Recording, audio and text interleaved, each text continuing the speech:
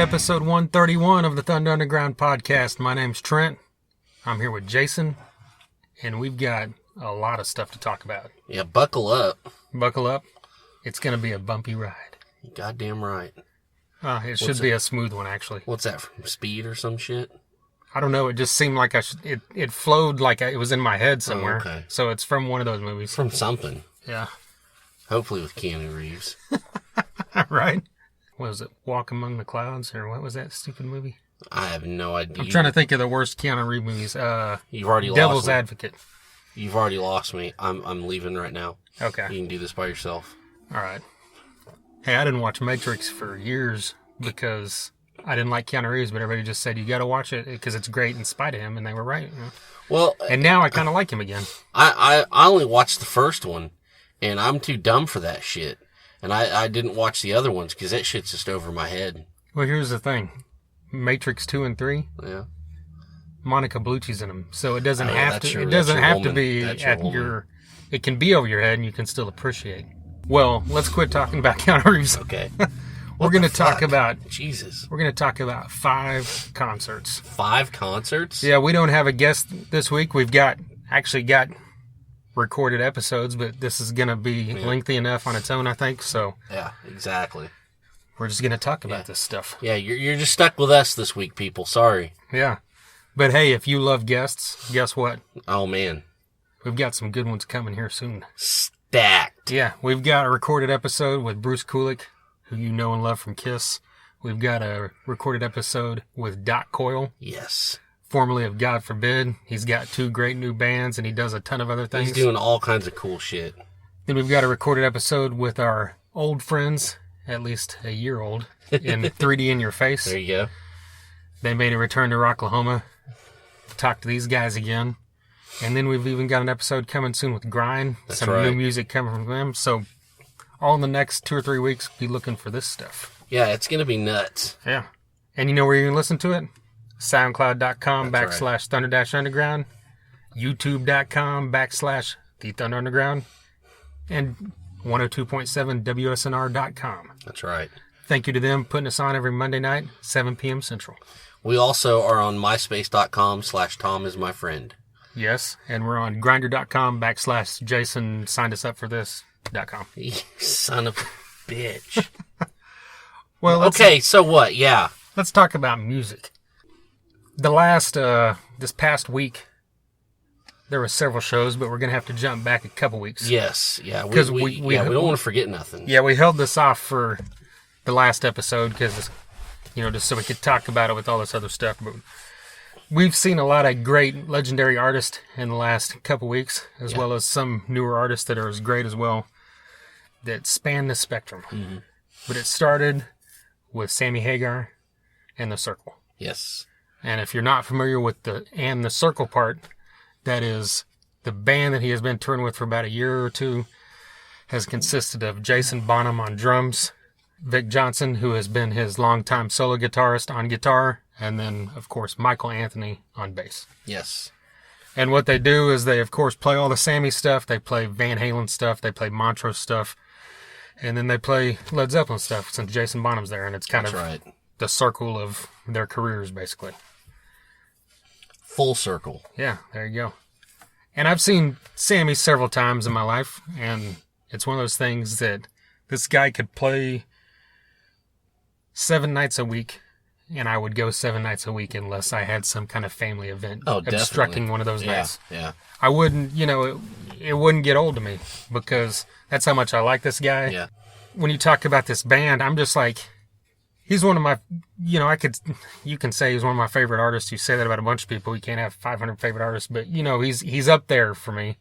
And Michael Anthony is as well, just all-time favorite people at what they do. Yeah. Just because he's such an important part of Van Halen that a lot of your casual fans don't realize how important he was as far as that voice, the background vocals and everything. He added so much to all those Van Halen albums, and he's just one of the funnest guys you can watch live.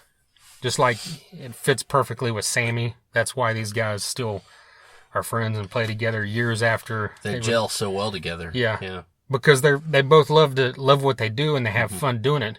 But besides that, yeah, musically, the chemistry's always been there. Definitely. You know, for me, I knew of Sammy Hagar. You know, who didn't know I Can't Drive 55? You know, in 1984.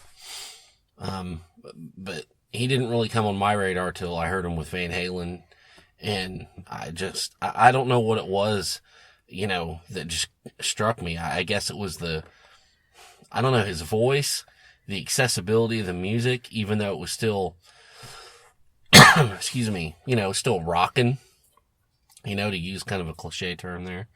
And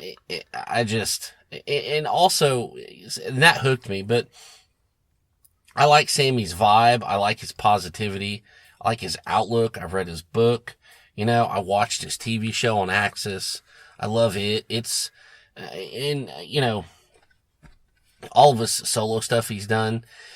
And it's, you know, this guy's 70 years old, 69, 70, and he's still up there giving everything, jumping off the drum riser, you know, just soloing his ass off. And it's like this thing, I can't really place it where he's of the classic rock ilk. He's of the 70s and 80s, but he doesn't seem like old guy rock to me, you know? Yeah. I mean, because he's just so good and he transcends that. And, he's just such a talent and he's such a personality. And this show is no different. Yeah, it's, the fun, you know, aspect always adds to it. Yeah. And this show is no different. I remember seeing him like 10 years ago at the Brady when he was doing that tour Michael Anthony was a part of as well. I was there. Where it was like they had the bar on stage and all that shit. Yeah, it was called like, yes. I don't remember if it was called Cabo Wabo or it has some kind of Cabo theme to it, you know, because I think that's when he still had the tequila before he sold that off. But like, you know, out there in the lobby. Yeah. It was at the Brady. They had everything decked out as well. Yeah. Looking islandy and palm trees and all that stuff. And I guess they did that every show, sometimes outside or inside. And it's just that kind of atmosphere. And then at this show, you know, that wasn't there, but you still feel like this is just great fun. And this is the way life is supposed to be. And the band sounds, I'm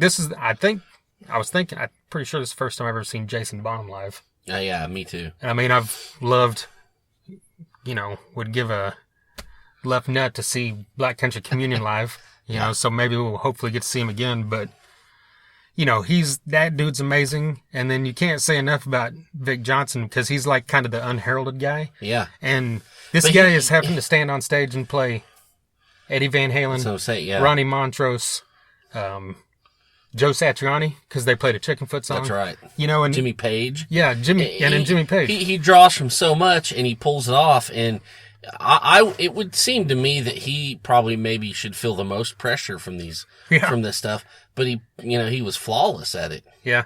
The only thing I noticed was when he played, you know, obviously the Sammy stuff, he's been playing that for years, and a lot of it he was recorded. You know, he was the guitarist on like Mass Tequila and a couple of the newer songs they played, but you know, he's been playing other stuff for years, and as well as Van Halen. But with the Montrose stuff, it sounded perfect. Yeah. Like it had that deep, heavy tone that Montrose had. And even the same thing with the Chickenfoot. Van Halen sounded a little different, but it's, I mean, how many people in this world can match Eddie Van Halen's tone? That's right. But it's not saying it was bad. It just, the sound was a little different. Yeah. He still played it perfectly. Yeah. You know? Yeah. And they played Pound Cake. And I think the night before, or the show before, they played Runaround, which I was really excited for, but they played Top of the World instead, so I can't complain about that. You know, and that was just, but one of the highlights for me, you know, I was like one of those geeks. I was like, man, I wish there was a little less Zeppelin, even though I love Zeppelin. Yeah. I just want more Sammy, because that's why I'm here. Yeah. But we knew going into it, because that's part of what this tour is. But when they played When the Levee Breaks. Oh, man. The fog came out, and Jason Bonham just started doing that signature drum beat. Yeah. It's like, dude, you felt that in like your sub-testicles. Right.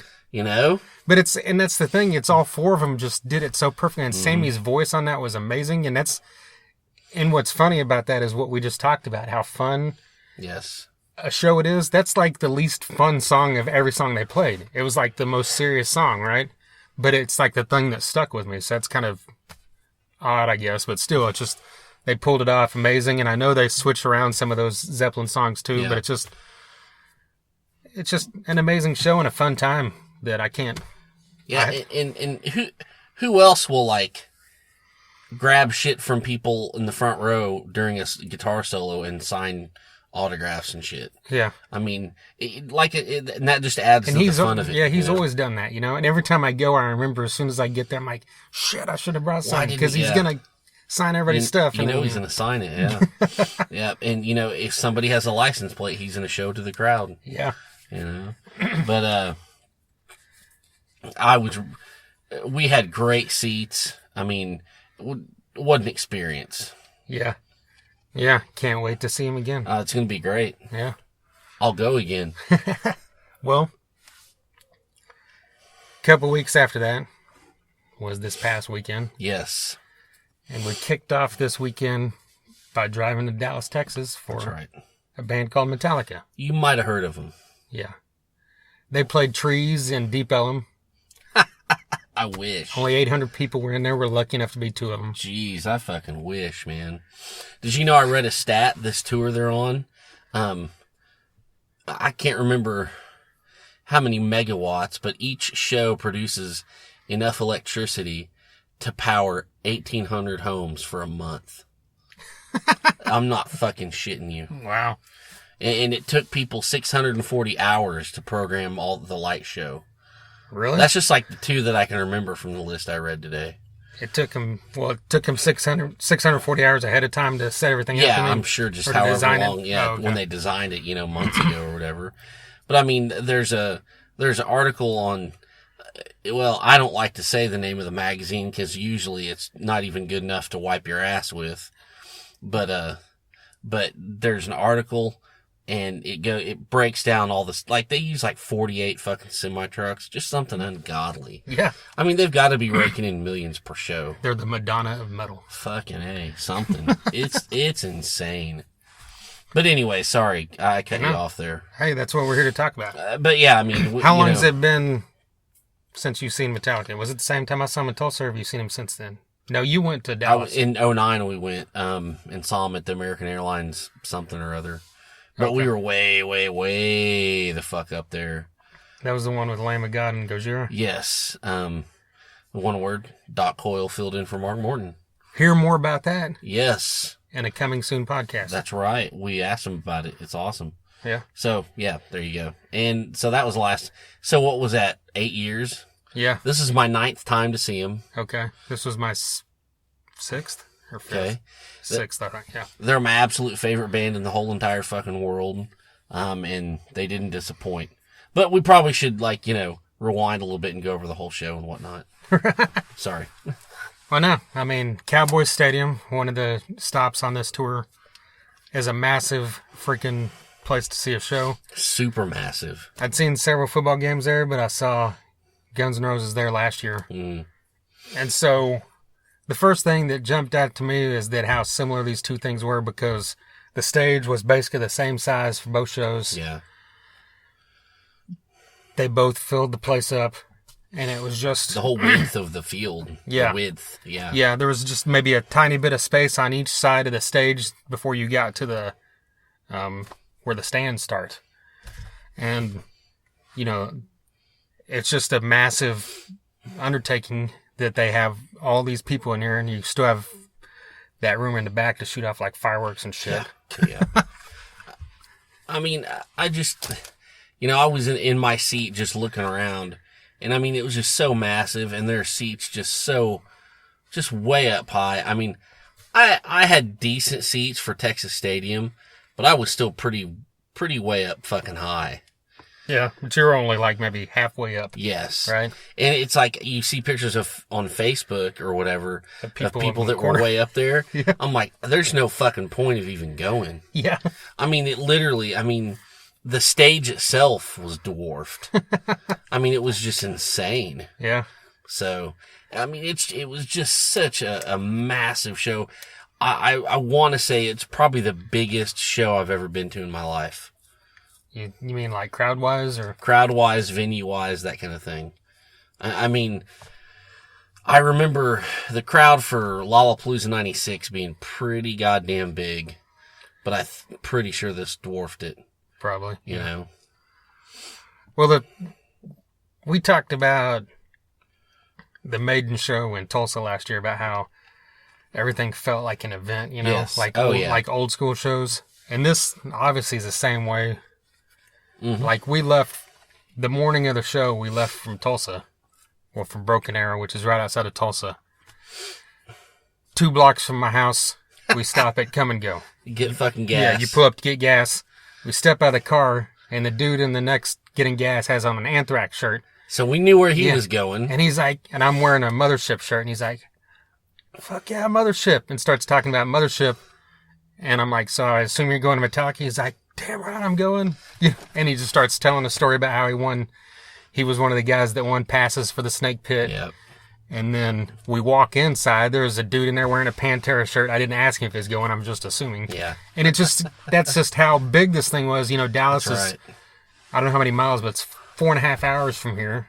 And 2 blocks from the house, you know, you see 2 people that are doing the same thing you're doing, you know. That's right. And you know, we'd stop at a gas station along the way, and there'd be dudes in Metallica shirts and metal shirts. You knew it was there. I mean, it was just, it was, you know, they really turned that stadium into a little Metallica city for the day. Yeah. There's like a pop-up shop. We got there, met up with our friends, Kevin Graham, Rachel Graham, and Kevin had already been over there. They're, you know, you could go in early, get merchandise and stuff if you wanted. And, you know, we stayed at a motel that was by Six Flags. It was less than 2 miles away, and it was completely full of people that were going to the show. And it was all, you know, so yeah, it's just like this big event feeling, you know. A very community type kind of thing. So, yeah, I mean, so the show starts. I went in there. I got the thing where I could get in early. Because you're a warrior. Yeah, I thought, you know what? I'm paying for a floor ticket anyway. I'm going to pay a little more and get on the floor early. Yeah. Why not? I'm already going to be standing down there. Rather than standing in a sea of assholes, I might as well be one of those people that have to stand up there for 8 hours holding my piss so I can get on the rail. And it worked out. I got on the rail. I didn't get like a prime spot, but I was on the rail. And I was on the left end of the stage, like in front of like the last big screen, and it was like the last, you know, they had microphones set up around the stage, so like every 20 feet or something there'd be a place where James could sing if he wanted. Yeah, or, exactly. You know, Rob could sing backup, whatever, just wherever they stopped, and like the last, or the microphone in the center of the left side of the stage is where I was right in front of. Okay. So that's the first thing to point out. I talked about with Guns N' Roses. I was kind of in the same general area, maybe a little bit better there. Mm-hmm. But your perception of what's going on gets completely fucking lost. I bet. Like, you know, I know where, you know, you had a different experience where you're seeing everything straight on. You can see everything that's going on. There were times where I didn't even, I'm like watching Rob or Kirk because they're over here. Yeah. And I look and I'm like, where the fuck is James? And then he's like out in the front of the Snake Pit, and he had been there singing a whole song, and I never knew it because you could see him on the screen behind the other guy, but you don't know where he's at. And then finally you kind of crane your neck back, and he's like 20 yards behind you, stuck out in the middle of the crowd, you know? Yeah. Yeah. So it's just kind of, it's a totally different experience, but it's completely worth it because, you know, he sang For Whom the Bell Tolls like 10 feet from me. You know, Which so is badass. You can't really give that up just to say, I want to set up here and see the whole show on a grand level, which would have been cool to do. But like I said, I can give that up so I can say that I watched James Hetfield sing For Whom the Bell Tolls 10 feet from me. You know? There you go. Yeah. Yeah, that was worth it, totally. Yeah. But yeah, also the other thing I want to point out before I forget was that side of the stage is where people walked in and out of the Snake Pit. Yeah. And of course, all of us staying here are extremely jealous of these people, not because their seat was a little better, but because they could come and go as they please and not lose their spot. Yeah. These people are leaving all the time to go get beers and piss and hot dogs and whatever. And we're just standing here like assholes from 4 p.m. to when the show ended, 11:30. Yeah. You know. How bad did you need to pee afterwards? I didn't need to pee well, afterwards it's pretty bad, but I didn't need to pee until about halfway through Metallica. So that's it worked good. out because I had limited liquid intake throughout the day preparing, and then used the bathroom right before I went down there at about 3:15 because I got in line about 3:20, 3:30. Okay. And then, but anyway, yeah. So, and of these people coming and go out of Snake Pit, eventually that one dude walked by that we met at Come and Go, and and he walked up, talked to me for a minute. He couldn't stay long because security would make people keep moving. But he's like, man, I'm so glad you made it up here. This is gonna kick ass, and talked to him for a minute or two, and once or twice when he came by. And other than that, I saw both members of Local H go in there. I saw two of the guys from Avenged Sevenfold go in there. Nice. So Avenged Sevenfold, they've done, Local H only did a few shows, but Avenged Sevenfold's doing every show almost. Yeah. And these guys are still probably in awe of the fact they're playing a big stage. Even when they're not with Metallica, they play a big stage, but just like the rest of us, it's Metallica. Yeah. So they're using the opportunity to say, hell yeah, I'm going to go down here in the Snake Pit and watch Metallica. Yeah, definitely. How could you not? Right. Yeah, definitely. But yeah, okay. So before I keep rambling, let's hear your take of my it all take kicked is, off when you I got was, in there. like I said, I was up in the stands, but I was only halfway up. I was a little to the side. I had a great view. I wasn't super, super far away. Were you in the first row, weren't you? The second and I was section? the first row of the section. And I mean, it was just a great overview. And, I saw, some Facebook conversations between, our buddies John Stowe and Kevin Graham about how great it was on the floor. But at a certain time, they kind of wish they could have been in the stands somewhere and just took in the grandioseness of it all. If that's a word. If not, I just made it up. And that's true because it was just such it had such impact. It was such an event, and, there was always something to watch. And, the big fucking balloons, for the first two Hardwired songs, which were fucking cool looking. They should have kept them up the whole time. Or, the pyro and everything going on the screen, and, the snake. And it was just so cool to see everything. And, I was just at a great point to see it. Like I said earlier, if I was section 718, I would have just went home. But I mean, this is, the set list was fucking cool because, they're pretty much keeping everything the same, except for just a couple places where they'll plug in stuff. On their arena tours, they mix it up a little bit more, but you got these big stadium tours with more, more than just the meat and potatoes, hits, fans. Casual fans. Yeah, casual fans. They got to keep it pretty, and I understand that, but, you got the Memory Remains, which you don't hear all the time.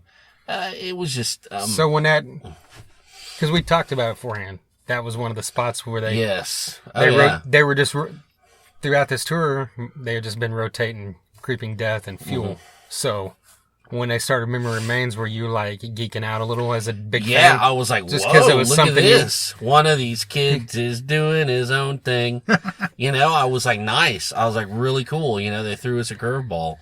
And, I was like, me, obviously, like most people, I like Creeping Death better than Memory Remains. Definitely. So that's what I was hoping for. Yeah.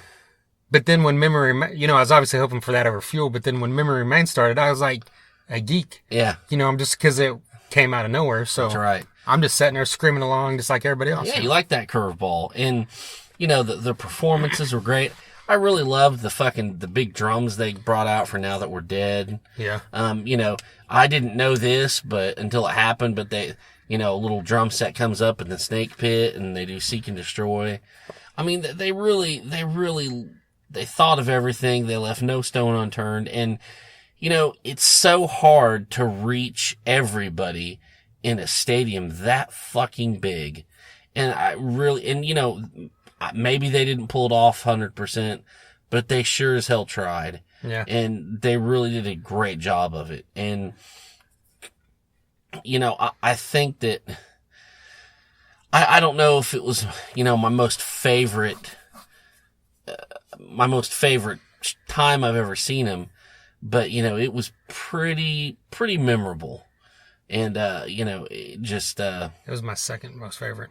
what was your first? The first time I saw him. Oh, yeah, and probably. Yeah, that was my first. That's my favorite. Just because I don't even remember things about it, but it's just because you know how you are when you're a kid and that's the first time you see him. That's right. You saw him before me. I saw him in 93 on the Shit in the Sheds tour. Yeah. And just that experience, just like this is one of the biggest bands in the world. And then now, all the other times are great, but that experience of being right up there in the front. Yeah. Oh, yeah. Puts it up there. I mean, it was just, it was pretty special. I enjoyed it. I honestly I'm not gonna lie. I went into it thinking, this place is so big. I mean, I guess this will be cool, but I'm not gonna complain because they're my favorite band, but I wasn't expecting to be blown away. Yeah. And I was blown away. So. Right. It was worth the money. Well, performance-wise, I mean, you obviously think they're great live. Yeah, I mean, and I know I'm biased. They're my favorite band in the world. They could suck, and I'd probably still like them. But, I mean, like I said, it was just the enormity of the venue.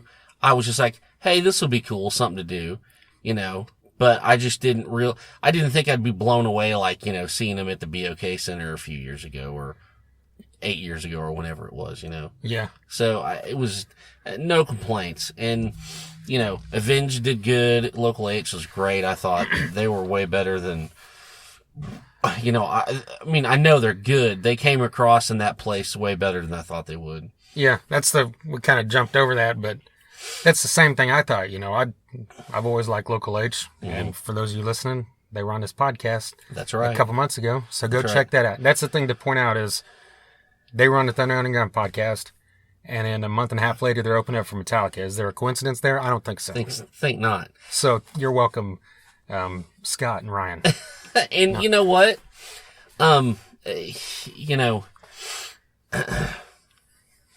Mixmaster Mike? Or no, where were you going with that? Okay. Oh, sorry. Sorry. You can edit this, however or not. I don't give a fuck. I remembered my point. You heard all that controversy about the contest and Local H winning and blah, blah, blah, blah, fucking blah. Who gives a fuck? They got the votes. They won. Deal with it. And let's be honest, Local H are not a metal band, and that's a little out of the box for a big stadium tour that Metallica's headlining, but people seem to enjoy them. Yeah. People were getting into it, and rightly so, because they kicked ass. Here's two guys. This band is just two guys. Here's this gigantic fucking stadium. And they pulled it off. Yeah. And they, have to stay in the middle because, he's the singer. Yes. So he can't, be running all over the place. That's right. So it's like two guys in the middle of a massive freaking stage and it still sounded big. It still sounded good. And I like the fact that it's like, if, say, Mothership or Shattered Sun had won that thing, maybe it would have benefited them more than it benefited Local H because there might be some metalheads there that were more into that. I don't know. But at the same time, we've talked about before, it's always cool when you go to a show and it's like, there's a good mix of diversity. Yeah. And this totally was with 4 bands that have a lot of different things going on. Exactly. Well, I say 4 bands. Mixmaster Mike was the other thing to point out. It's like, obviously, neither one of us, especially you, are fans of DJs, but I've always been one, if it's a DJ playing music I like, hell, I'll sit there and listen to it. And the thing is, people can complain about a DJ all they want, but he played it from 5 to 6, and then again from 8:05 to 8:45, I think, right? Like from between Avenged and Metallica. And if he wasn't there, you'd just be standing there listening to AC/DC and ZZ Top coming through the speakers. Yep, exactly. At a lower level. Yeah. And this way, you got deep cuts, and it was played loud. Yeah. I can't remember what song they were playing. I think it was a White Zombie song. Mixmaster Mike was playing. I could be wrong. And then it kind of came to a breakdown, and all of a sudden, you hear Alice in Chains, Check My Brain. Yeah. And it's like, he could have picked a million Alice in Chains songs, but he picked like a new one. Yeah. And I thought that was really cool. He didn't go the usual Man in the Box or whatever. Right. He did something different. And He played Symphony of Destruction, and he played Tornado of Souls twice. yes, that's right. And no, Holy Wars. It was Sorry. Holy Wars, And- yeah. And then it went into Stand Up and Shout. Yeah. And I told you, it made me think of those times when we were fucking kids and we were making like little, Segway tapes because we're fucking metal dorks. Yeah. We were making little, we would literally dub tapes, like a few seconds of one song and do a few seconds of another song. Try who could make the coolest. Who could make the coolest combinations. Because, when we're like 13, because we're dorks.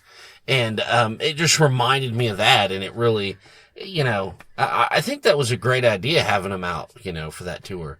Yeah. It's just it's way better than just, like you said, listening to, fucking Sharp Dressed Man 100 times over. And see, the thing is, I would have loved to have seen the Beastie Boys live. Mm-hmm. Never got the chance. And I mean, obviously this is totally different than what they would have been like live, but hey, you're seeing a guy from a legendary act, Yeah. That you'll probably never get the chance to see again. That's right. So, I mean, that was cool.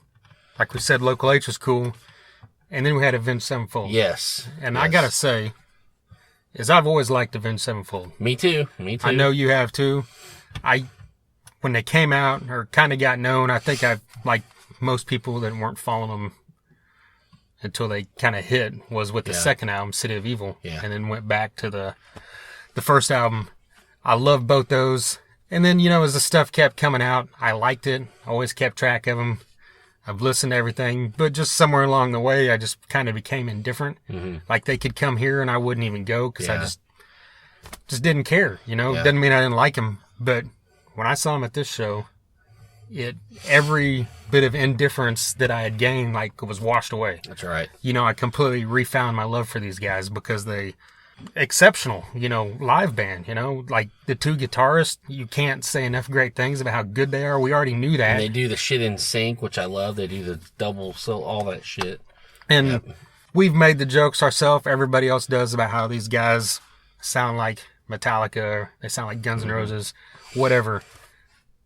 To me, that's what they've always been, a band that was just kind of, you have a plane and it has Metallica on one end and Guns N' Roses on the other end, like dead center. And hey, to me, that's great because you need that shit. That's right. And you know what? I like that album. I don't give a fuck. I'm just and I never said I didn't like that album. I'm just talking about everything in general. Yeah, oh no, I get it. And I think City of Evil is their third record, not their second. Okay, sorry. Yeah, I just right. keeping you honest. Right. Right. We're running a podcast here. God damn it. Well, thank you. You're welcome. But also, when you see M Shadows live, it's more evident than ever that he really wants to be Axl Rose. And hey, I can't blame him. He's got the flannel. Yeah, he's got the flannel. He's got the stage move, kind of. He's just like, Seize the Day was always a GNR ripoff. It's just like, hey, it's like, that's great too, because, it's like, if they're not emulating these bands, they'd be emulating something that sucks. Maybe. So it's like, exactly. Hey, that's a good thing. And I can't, it's very rare anymore that a band's going to get big doing something that you've never heard anyway. Yeah. And like we've said a million times, we need bands like Avenged Sevenfold to get as big as possible. That's because right. 10 years from now, who's going to take the spot of, Metallica, Aerosmith, Rolling Stones, Kiss, right. when all these bands, start going away. And everybody says Avenged and God, that's it. Like I mean, Foo Fighters, Death Punch, or Foo Fighters, or something. And like it or not, people, that's who we've got, and we've got to support them. And well, maybe not Five Finger Death Punch, but right. anyways, that's another. But yeah, I know what you mean, and you're right. And it was just a fucking great night. It was a great show, and it went off way better than I'd hoped, and. I'm still thinking about it, it's still ringing in my head. Have you ever seen him play Motor Breath live? I don't know. That's a good question. I should look that up. I want to say yes, but I don't know. Because one of the tracks they rotate is like mid-set, they play Kill 'Em All track, and it's usually like you never know if you're going to hit the lights or, No Remorse. I don't know. They played No Remorse at the BOK Center, and that was fucking rad. Yeah. That's what that was. Yeah. But we got Blackened as well. Yeah. You know, Battery is my favorite song. I'm always a little sad if they don't play it, but I'll give it up for Blackened and Motor Breath. So Blackened was great, and I got a Blackened story. Afterwards, I'm looking for my exit, and I run into Chase and Colton and Brittany from Less Than Human, and I was like, hey! And, like, they didn't even say hey or anything. They just go, Blackened! You know, and I'm like, yeah! They fucking played it! You know, I mean, that was badass. I think people really, really liked when they started playing that song. It was like, holy shit, we didn't know they were going to do this. Yeah. It was super awesome. Well, another thing, did you hear people around you talking, or did you talk to anybody? Like, as far as, because I noticed, I talked to the guy next to me, and then, you know, I heard people behind me talking. Like, it was all over obviously, like you imagine in a stadium. The guy next to me, it was the first time he'd ever seen him. Yeah. And he was on the rail, so he was, like, flipping out.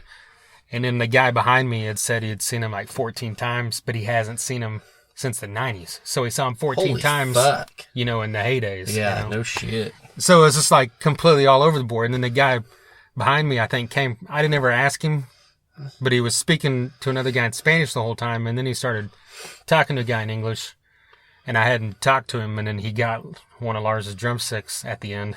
Yes. And then he just like buried his head in my back and was just like shaking. And then he finally came up and said, I'm so sorry. I'm like, hey, it's cool. And he's just like, man, I'm freaking out. This is like one of the greatest things that's ever happened, because he threw his Mexico flag to Lars for the drumstick. And so I guess he traveled from Mexico. So, you know, hey, awesome. It's just one of those bands That's right. that people are passionate about, you know? Yep. And I get it, because they're my favorite band in the world. They're the best band in the world. They're the Led Zeppelin of our generation. They can do no wrong. And if you don't like that, go eat a dick. Right? Well, and another thing is, I don't know if Kevin Graham has uploaded it to YouTube, but he has an exceptional video of Rob. Oh, yeah. Rob's bass solo. Straight on. It's amazing. He played Anesthesia, Pulling Teeth. Yes. And, you know, which is really cool, because up on the screen, you know, a couple of screens are Rob live, and then the other screens are Cliff, you know, from that, was it that Day on the Green performance? It's always that outside one that they always show of him headbanging. Yeah. And, but yeah, like I said, he stopped and did it right in front of Kevin, and he was on the rail on, you know, in front of the snake pit, and had a dead on shot of him doing it. So it was badass. Look that up on YouTube. Hell yeah. Well, that was the Friday night. Yes. So we got up the next day in Dallas, and we drove from Dallas to Fort Smith, Arkansas, because our buddies in Reliance Code having a CD release party. Yep. This thing finally came out. Finding Your Way Out is the name of the album. This thing just released. That was actually the first. I think it came out digitally the week before. And then everyone that entered this show got a CD, which was a great idea. Yes. They had Screaming Red Mutiny, The Revolutioners, and Vague Vendetta on this bill with them. What a lineup. Yeah, exceptional lineup at an amazing venue. Yes. This was the first time you had been to the sound room. This venue was insane. It was such it's a great idea. It's smart, and just, you know, the look of it. What a great place. Yeah. I'd been there in a while, since it was the previous place that it was before the sound room. Okay. But I always loved every show I saw there, so I was really excited to get back there. And yeah, I just love, it's got the indoor-outdoor feel and upper level. Everything's just really well set up, and just a really fun place, and sounds great and everything. So really excited to go this, because we like all four of these bands. You've heard us talk about all of them. That's right. But right out the gate, it was just cool, because there was a great turnout. And not only that, we saw people, you know, from Tulsa as well. Yes. You know, like we saw CJ from Grind, Paulette and Vernon from Fist of Rage. You know, there was like Christy, Gross, and Eric. You know, Christy came clear from Ada. That's dedication, and that's something I want to talk about real quick, if you don't mind. Well, no. You know, this scene that we're doing with, you know, these Oklahoma bands, these Tulsa bands, these Arkansas bands, whatever, however you want to call it. You know, this is what we've needed. You know, I mean, you know, Christy Gross did not drive, you know, all the way from Ada for a signed band or a big band or Metallica, or, you know, I know she loves Deftones or Killswitch Engage. She drove for, you know, these regional bands, upcoming bands that need this kind of support. And I mean, it's so cool to see. We came from out of town, Vernon and Paulette and CJ came from out of town. I mean, that's what's helping this out. That's what's helping this stay alive. And, when I played out, you didn't see none of that shit. Yeah. You played to, it was like Airheads. You played to, the other bands and their girlfriends. I mean, that's it. And, to see people, singing along to every word of these band songs. I mean, it's, I'm just so happy for these guys. And that's what we've needed. And I just hope that it grows and grows like that, because no telling what steps we can take next with this kind of support from the fans. Yeah. And especially since it's crossing different cities too, Yeah, exactly. Technically Reliance Code isn't from Tulsa or Fort Smith. Yeah. They're from, they're closer to Fort Smith, but they're from Oklahoma, and they, kind of travel between the two places. And then, when you have fans coming from both sides, like you said, to see an upcoming band that isn't signed or isn't known, that's freaking amazing. Yeah, people need, the coasts need to, they need to kind of notice what's going on over here. Yeah. It's great stuff to me. I love it. Yeah. Well, Vague Vendetta kicked this thing off, and I'd seen him one time at Shooters in Fort Smith, but it was really cool to see him again, because I think I was a little, I'm going to talk about this again with the Revolutioners, a little inebriated the first time I saw him. I see. That's fine. So I'm a little fuzzy. I remember it being cool, but so this was really cool to be able to see a full show or full set whenever I was sober. Nice. I mean, I'm sorry. I myself have never experienced that in my life. Oh, really? Okay. I've never been drunk at a show ever. That's right. No, but I mean, the energy that Vague Vendetta, put out, their sound was amazing. The guitar players were just on point. The one guitar player is just that was insane. Yeah, what were you saying? He was doing the sweet picking? The sweet picking. Holy fuck. And he was, 21, 22? Because, I can't do that, and I'm 40. I could never do that. I'm lucky I can get on an A chord. And this he's just sweet picking his ass off, and I was just like, wow. I'm just going to go home and break my guitar. Yeah. I'm going to burn it because I don't need to play it anymore. So, Vague Vendetta, thumbs up all the way. Yeah, and they had some killer guitar riffs too, because I can't remember.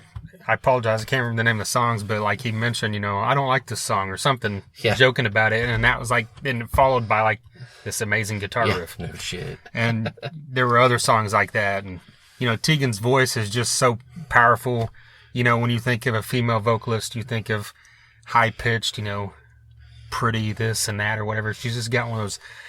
It's it's a woman, but it's more.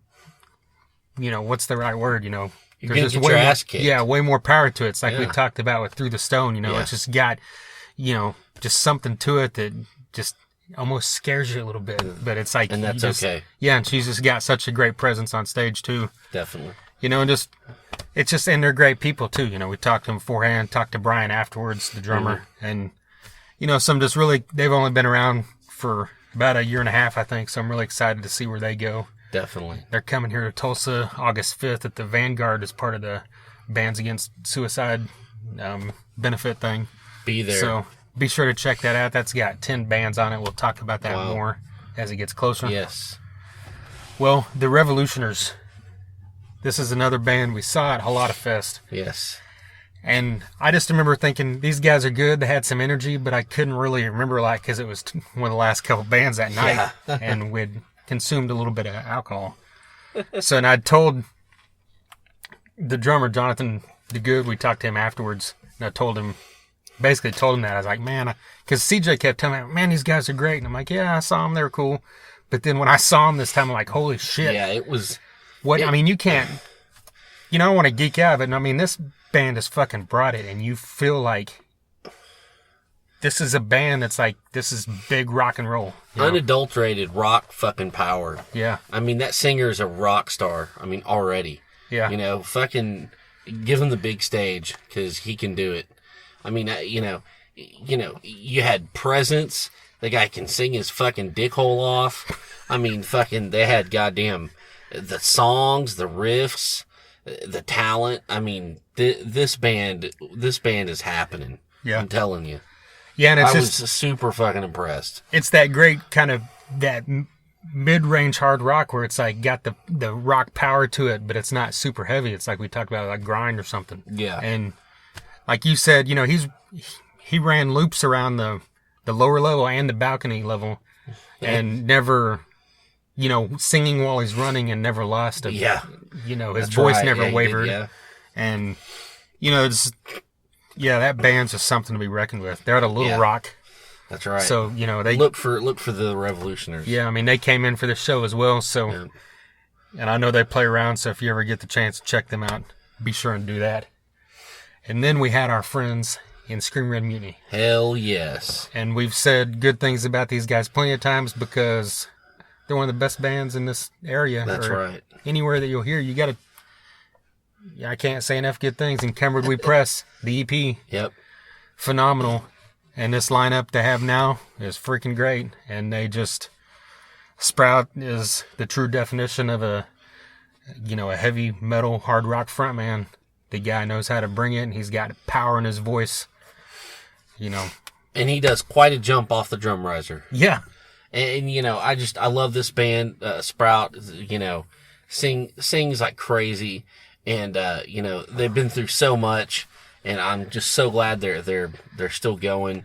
And, they have that spirit, and they have that vibe, and it's just super infectious. Yeah.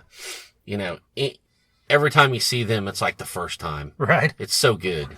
Yeah, Nick, I've said it before, I'll say it again. Nick's guitar tone, he's keeping this thing so true to where it started with John Harada, and he just a great band. And we talked to Tony for quite a while beforehand, and, he was telling us he listened to us all the time and, gave us a lot of high praise, and that means a lot coming from this guy. Yeah. Because we were fans of his previous band, even the Dogs, and, yep.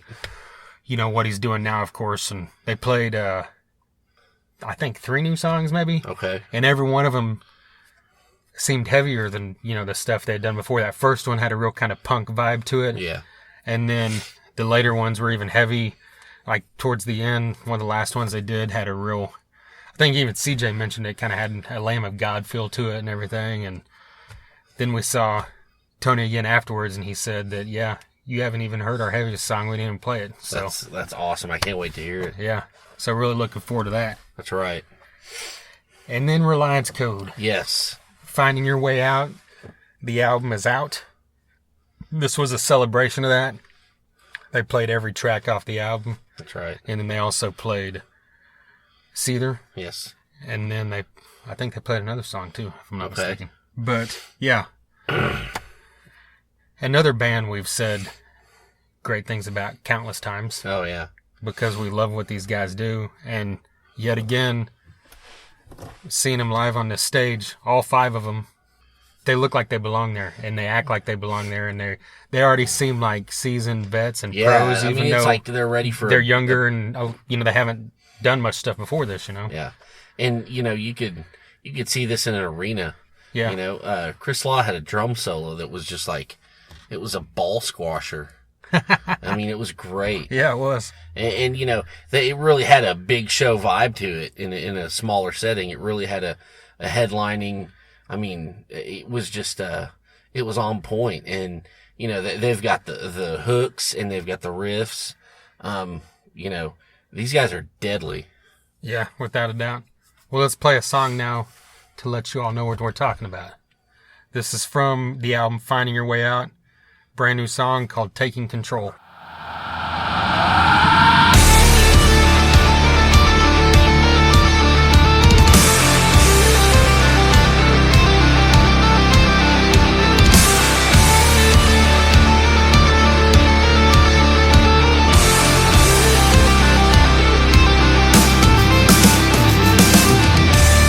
I too scared?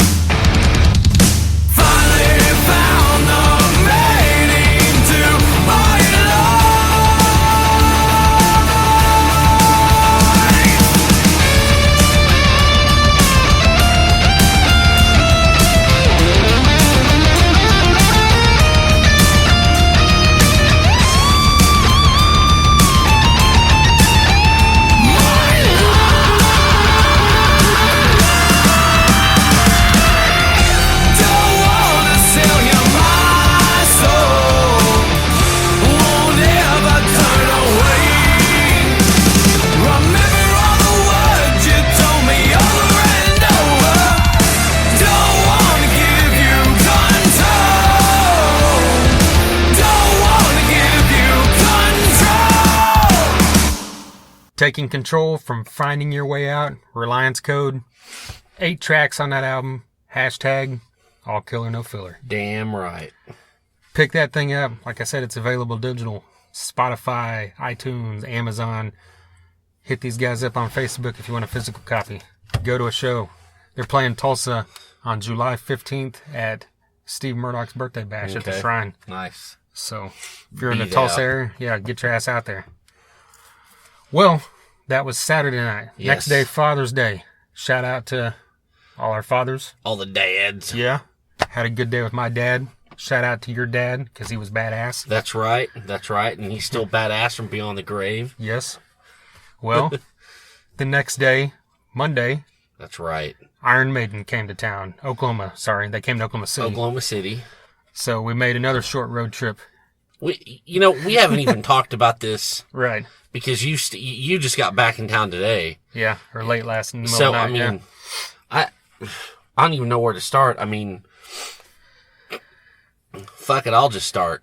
All right. I want to tell you something. I have a little story. Okay.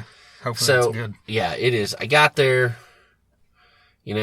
got to my seat, and I had the lower section, the 100 section, 107, first row, right, seat 11. And I thought, man, I'm going to be right there. It's going to be, my row and then the floor. And then I didn't know how close the section 107 would be. Well, it's the section that's like exactly perpendicular with the stage. Like, I could have spit on Adrian Smith. Right. That's how close I was. But when I sat down, I was absolutely perpendicular with the stage. I was blocked by speakers and lights. Couldn't see anything. And I was like, holy shit, are you kidding me? It's weird that they sold that, And that's where I'm getting to. Okay. I sat down and the usher lady, she came up to me. She goes, "Sir, you need to go find your seat. They didn't sell this seat." I said, "Oh, but they did." And I handed her my ticket. And she goes, "Wow, they sold this seat? You can't see anything." And I said, "Well, it's my seat." And she just kind of looked at me like, "Oh, well, fuck you, fat boy." And she goes, "Well, enjoy the show." And I said, "Well, I'll try." And so I thought, son of a bitch. And the show started, and there was 2 guys next to me, to the right of me. And then there was nobody in the row at all after them. Like going further out? Yeah, going further out. So I, Ghost started, and you could see Papa just like peek his nose out. I was like, fuck this shit. I'm going to go find somewhere else to sit. But at the same time, I knew that there's those ramps, and Bruce Dickinson would be like right there in my face. Yeah. So it's like, what do I do, Well, those 2 guys scooted down a couple seats, and so I did, and it was just a perfect view.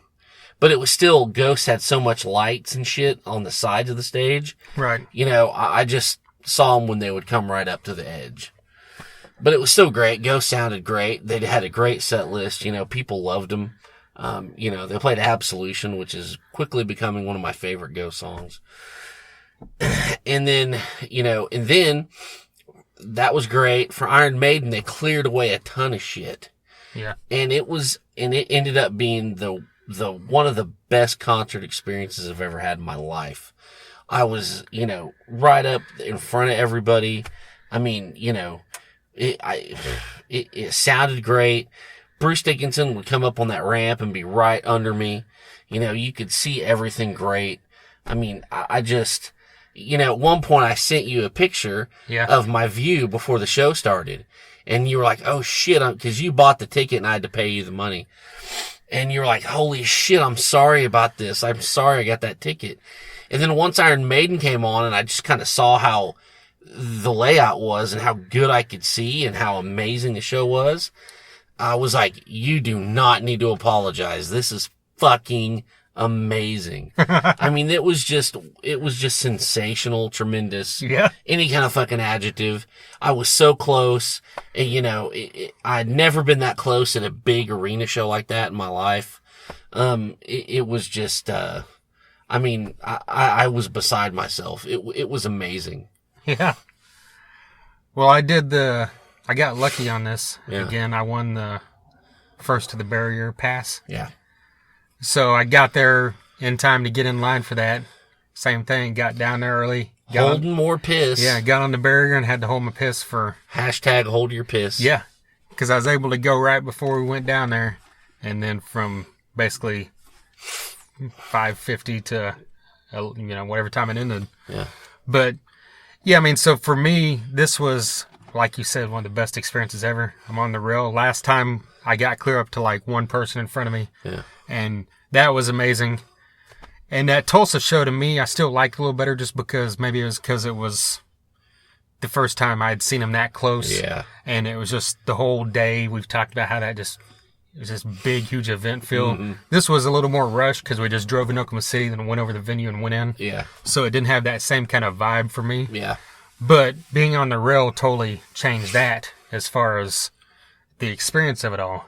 Because I'm like dead center in front of Janik for like the whole show, acting like a freaking crazy guy, like he always does. And his little prances and his kicks and his guitar moves. And it's Steve Harris's, Mike right there. So I'm like, unbelievable. Yeah. And I can't, you already said Ghost was great. They're great. I know there's people out there that don't like him, but it was crazy how I didn't hear any of that around me. I kept expecting, you always go to shows and there's always someone around you that's like, fuck you. Or like, well, or when he's like, this is our last song, like, fuck yeah, finally. Yeah. But there was none of that. Yeah. The two guys behind me, he was more excited about fucking Ghost and Iron Maiden. Like, he was explaining the guy next to me, like, that's number 3. Like, he knew every fucking thing. He knew more about Ghost than you. It was like, it was well, just... the guy next to me was just headbanging the whole time, and I could see people on the floor singing every fucking word. Yeah. Yeah, I saw no hate. And, of course, I got to shout out our buddy Trevor. Right. He was so close I could talk to him in between bands. Really? And he was going... And he was on the rail, too. Yeah, he was going nuts for Ghost, and, he had his burger hat on, and we love that guy. But, I mean, it was just, Ghost put on a great show. One thing to point out is our buddy Jason Carroll. Yes. He's never said I hate Ghost, but he's just one of those people who's not a fan. He's like, I don't like anything I've heard. But like, I looked at my phone at the end of the set and there was a text from him. I think he sent to you too. He's like, holy shit, these guys are definitely way better live. Yeah. At least to him. So yeah, maybe that's happening. Maybe people that are going to see Iron Maiden, are getting it. Changes their mind a little. I don't know. It'd be great, Then the other thing I noticed is Ghost seemed to, I don't know if they toned it down, but he didn't talk. He only said Hell Satan once, but he didn't say anything between, the songs. They're playing to the audience, set. I think. Yeah, so maybe that's it. The imagery was still there, but yeah, just a great set for an opening set to definitely include all the songs they did and sounded great. And anyway, but yeah, Maiden, it's just over the top. It's just one of the best shows you could ever see in your life. I mean, and it's to the point where, these new songs from Book of Souls, they're classics already, and you look forward to them just as you do all the old stuff. Yeah. And, I loved the giant Eddie coming out, and Yannick was running in between his legs, and yeah. I mean, it's so theatrical, and, they're really good. Kind of like Metallica. They go that extra mile to make the guy way in the back feel like he saw a fucking show. Yeah. I mean, it was just, it was one of the coolest things I've ever seen in my life. Yeah. And we love Iron Maiden. We love all the classic stuff like everybody else. But like you said, I walk away from it, I think the same way I did in Tulsa.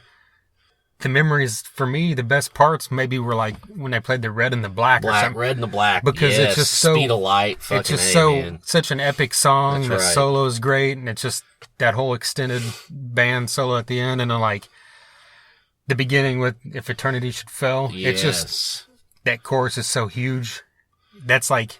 Outside of, seeing Wrathchild or Power Slave or Wasted Years, I mean, it's like, that's what sticks in my head. And that's amazing that a band that legendary with that much legendary music can do that with their new music still. I mean, I did love hearing Wasted Years and Iron Maiden, though. That was badass. Oh, yeah, definitely. But, you know, just with where I was, with how close I was to the band and how, you know, how close I was to, you know, the front row, the rail. I mean, you know, if I didn't look back behind me and see a giant arena, I almost felt like I was in Brady Theater or something. Yeah. It was just, it was so fucking cool, man. But the other funny thing about it was, you're 3 days removed from seeing Metallica in Cowboy Stadium, that walking into the Chesapeake Arena, which is where the Thunder play, it felt small.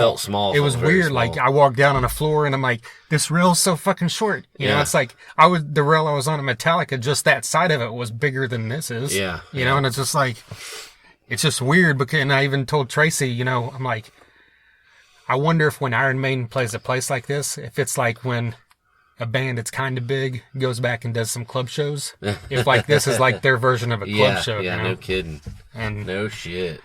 And that's another thing I wanted to mention. I don't know, you saw him at the end of the show talk about her, but the girl standing next to me was from Russia. Oh, yeah, that's right. And people come and travel and follow this band from all over, man. Yeah, like, you know, he mentioned there are people from there from Canada and Honduras, but I asked her, I'm like, so what number is this? She's like, this is the 83rd time. Son of a bitch, that she'd seen him, and she was following him, like she was going from there to Houston and then San Antonio and then wherever. She was in Salt Lake City, wherever that is on the tour list. That's insane. But yeah. Fandom. So, yeah, it's just amazing that that's what this band does. And I mean, right. There was noticeably a lot less people than there was in Tulsa, but it's just still weird to me. But I know they're doing a lot of area shows, whereas that was just select shows in America. And now there's also a Dallas show, a Kansas City show. Mm-hmm. That's right. So there's less people that would be traveling that would, I guess. Yeah. But it's crazy that when a band pulls like 9,000 people, that's considered not as big. I know. It's crazy. Like, that's a small show, a really small show for them. Yeah. But you still have people from all over the world there. Exactly. Yeah, it was just, what a great night. Yeah. It'll never get old. That's only the, third time? Third time. Yeah. And I hope I can see them many more. But I know they're one of those bands that are getting up there, so. Definitely. Well, I'm glad we got it in then. Yeah. Well, the final thing was I stayed in Oklahoma City. That's right. And the next night I went to something totally different than all this. It was like 90s rock extravaganza. Yeah. With Collective Soul. This was out at the Zoo Amphitheater in Oklahoma City. So an outdoor summer concert with Collective Soul headlining with Our Lady Peace and Tonic. Nice. And I was a fan of all three of these bands in the 90s. Still am. Big fan of Tonic. And they kicked this thing off. And, I mean, Tonic's one of those bands, they're not, you don't think of Tonic's like it's going to like tear up the stage, like going, energetic or anything. Their music's kind of like that, what do you call it, gentleman's rock or something. Gentleman's rock. I like it's like that. they have a few songs that have a heavy edge to them, but it's just that kind of, that mid-range rock and roll, Yeah. And Emerson Hart's just an amazing songwriter. Had the opportunity to see him do a solo show here in Tulsa last year. But I saw Tonic in New Orleans opening for Better Ezra a few years ago. Seeing him out here was great, but notably, I'd seen Iron Maiden like less than 24 hours before, and it was like the most stark contrast of anything ever, because, he's just got four dudes standing on stage in the middle of the fucking sun, playing You Wanted More. Whereas, 20 hours ago, I saw The Trooper live with Bruce Dickinson going apeshit. Holy shit. But not to say that that's not what you expect from Tonic. They sounded great. It was hotter than balls at that point because they started at 7 and the sun like shines directly on that stage. Wow. But they went through it. They played 8 songs, so they got like a 35, 40-minute set. And then they didn't play Casual Affair, which kind of made me sad, but I'll survive. Then Our Lady Peace came on. Yeah. And this was, I'll be honest, I like Tonic, like I said. I like Collective Soul. But I probably wouldn't have stayed in town for this show if Our Lady Peace wasn't on the bill. Yeah, I see that. Like, I'll go see Collective Soul and Tonic anytime, but after this long weekend, I probably just been like, let's go home. Yeah. But Tracy was the same way. She loved Our Lady Peace the most out of these three back then as well. So we're really excited for this. And I haven't seen them since, man, I don't know when the last time was. Saw them a few times, but it's been way back. Yeah. And they were probably my favorite band of all those bands of that era. That kind of alt rock. Mainly because his voice is so unique. The songwriting was so, at least until they got to Gravity, was so different. Yeah. Than everybody else was doing. But they did a great set of like mixing. They had, of course, most songs were from Clumsy, three or four, but then they had 2 songs from Gravity, 2 songs from Happiness as a Fish You Cannot Catch, and then they had, of course, Starseed, and then they had a brand new song, which, I'll be honest, of the 3 bands that played, that might have been my favorite point of the whole show, was this new song that Our Lady Peace played. Awesome. And it was heavy, it rocked, it, had his signature, with that voice that stands out, and it's just, I can't wait to hear what they got. He said they just got out of the studio, so I assume that's coming this year sometime. Yeah. And he'd even said it's been a long time since we've been to Oklahoma, and after this reception, we'll make sure it's hopefully, not. Yeah, they'll be back, hopefully. Yeah. And we saw him, at the Delaware Playhouse doing that acoustic thing? That was amazing. Yeah. That was definitely a standout show. Yeah. But yeah, so I was super excited to see them, and they lived up to my expectation. And the thing to point out with them live is they really pull off everything as far as this, because that band has a lot of different sound. Like when you think of the Happiness album, is real loose and alternative-y. Yeah. And then you get to Gravity that Bob Rock produced, where it's all thick and full and, huge and bombastic. When they played like Somewhere Out There and Innocent, those songs sounded huge and bombastic. And when they played One Man Army or Is Anybody Home, like it sounded loose. Yeah. And it didn't sound thick. So it's like they did a great job of capturing the same thing they did on the albums, Nice. Well, and Collective Soul headlined it, and this band, it's funny with this band, because, even after Rocklahoma last year, I saw several people talk about how they didn't like them, didn't think they sounded good. Mm-hmm. And I even saw, a friend of mine posted on my post when I was there that said, she didn't think they were good live. And I don't get it. I don't hear it, Yeah. They sound great to me. He sounds good. They're one of those bands that comes across even a little heavier live, because they have, you think of Collective Soul, you think of 90s rock, you think of The World I Know or December.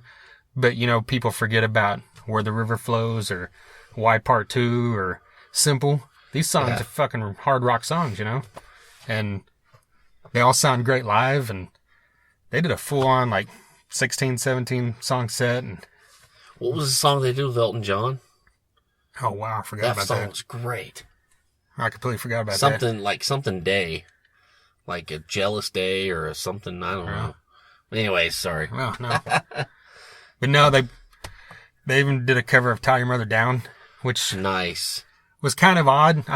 It sounded good guitar-wise and, musically, and he sounded fine, except in those points in the song where Freddie Mercury screams high, he did that, and it didn't exactly come off the way it should, but everything else he sounded great on. Yeah. And, the crowd was really into it. There were a lot of, diehard fans, and it was kind of, it's one of the, kind of like I thought, there was a cross-pollination of different kinds of people there. I saw dudes wearing Pantera shirts, and then, you saw dudes that looked like they were the alternative geek from 1997, So it's like, everybody was there and having a great time and singing along to everything. So it's one of those fun outdoor shows, so I'm glad I went. Oh, yeah. Yeah. Well, I'd say that's a good string of some huge rock shows in the last couple of weeks. That is. We got through it, didn't we? Yeah. It was like a 5-hour long podcast. No. But no. Maiden, Metallica, Sammy Hagar. I mean, you can't. Yeah. It's good to be alive, man. Yeah. Really is. And hits are going to keep coming. I'm going to see Rammstein next week. That's right. We got Guns N' Roses and Foo Fighters later in the year. Yep. So the big acts keep coming. Or maybe thinking about going to the Warped Tour. Yeah, that'd be cool because they got some different kind of shit going on this year. A lot more metal than usual. Yeah. Yeah, if you haven't paid attention, look up that lineup. If you like metal, you'll be kind of shocked at how... Yeah, it's not your usual fare. Yeah. They've got all those normal Warp bands in there, but they've also got way more stuff that's actually good. That's right. But yeah, anyway, if you're in the Tulsa area, July 1st, next Saturday, OTEP has a lot of great bands opening for him. Altar Blood, Machine in the Mountain, and Severmind. Yes. Hit one of those bands up, buy tickets from them, get out there and support these great bands at the Shrine in Tulsa. That's right. We've had all three of those bands on this podcast. That's right. We have. And they're good ones, too. Yeah. Machine in the Mountain. Love them. Severmind, Altar Blood. Look those up. SoundCloud.com/Thunder-Underground or TheThunderUnderground.com. Besides those bands, we mentioned Reliance Code, Screaming Red Mutiny. Both those have been on here. Grind and Fist of Rage, we mentioned them. Local H has been on here. Yeah. And then we've got all these guys like Gene Simmons from Kiss. Yeah. Yeah. He was on here once. I've heard of him. Yeah. He's pretty cool. But we've had guys from Truck Fighters, King, Bullet Boys, He Is Legend. Yeah, that's a cross right there. Bullet Boys to He Is Legend. I'm bringing the diversity, man. That's how we got to do it. Seven Dust, Shooter Jennings. That's right. Avatar, Great White. Hey, we've done so many that we can't even remember them now. We can't even remember the list. Corrosion Conformity, Death Wino, Angel. Death Angel. Shit, now we're talking over each other. Just look it up, man. There's something for everybody. There really is. Yep. It's all on YouTube at The Thunder Underground. It's on SoundCloud.com/Thunder-Underground or on Facebook and Twitter. Every Monday night at 7 p.m., 1027WSNR.com. Be sure and check that out there as well. Like I mentioned at the beginning, coming very soon, Bruce Kulick from Kiss and Grand Funk Railroad. Doc Coyle from God Forbid and Vegas Nerve. 3D in Your Face, two of the members from that band. That's right. And Grind. Nice. And that's just what we're letting you know about. Yeah, I mean, you don't even know what the hell else we got working on. Yeah. I mentioned two guys from Kiss. Paul Stanley will be on here within 2 months. I wish. I hope. Yeah. Adam Jode, we'll let you submit a question. Hell yes. All right. Well, I think this is enough for this time. Until next time. Thunder Underground, y'all.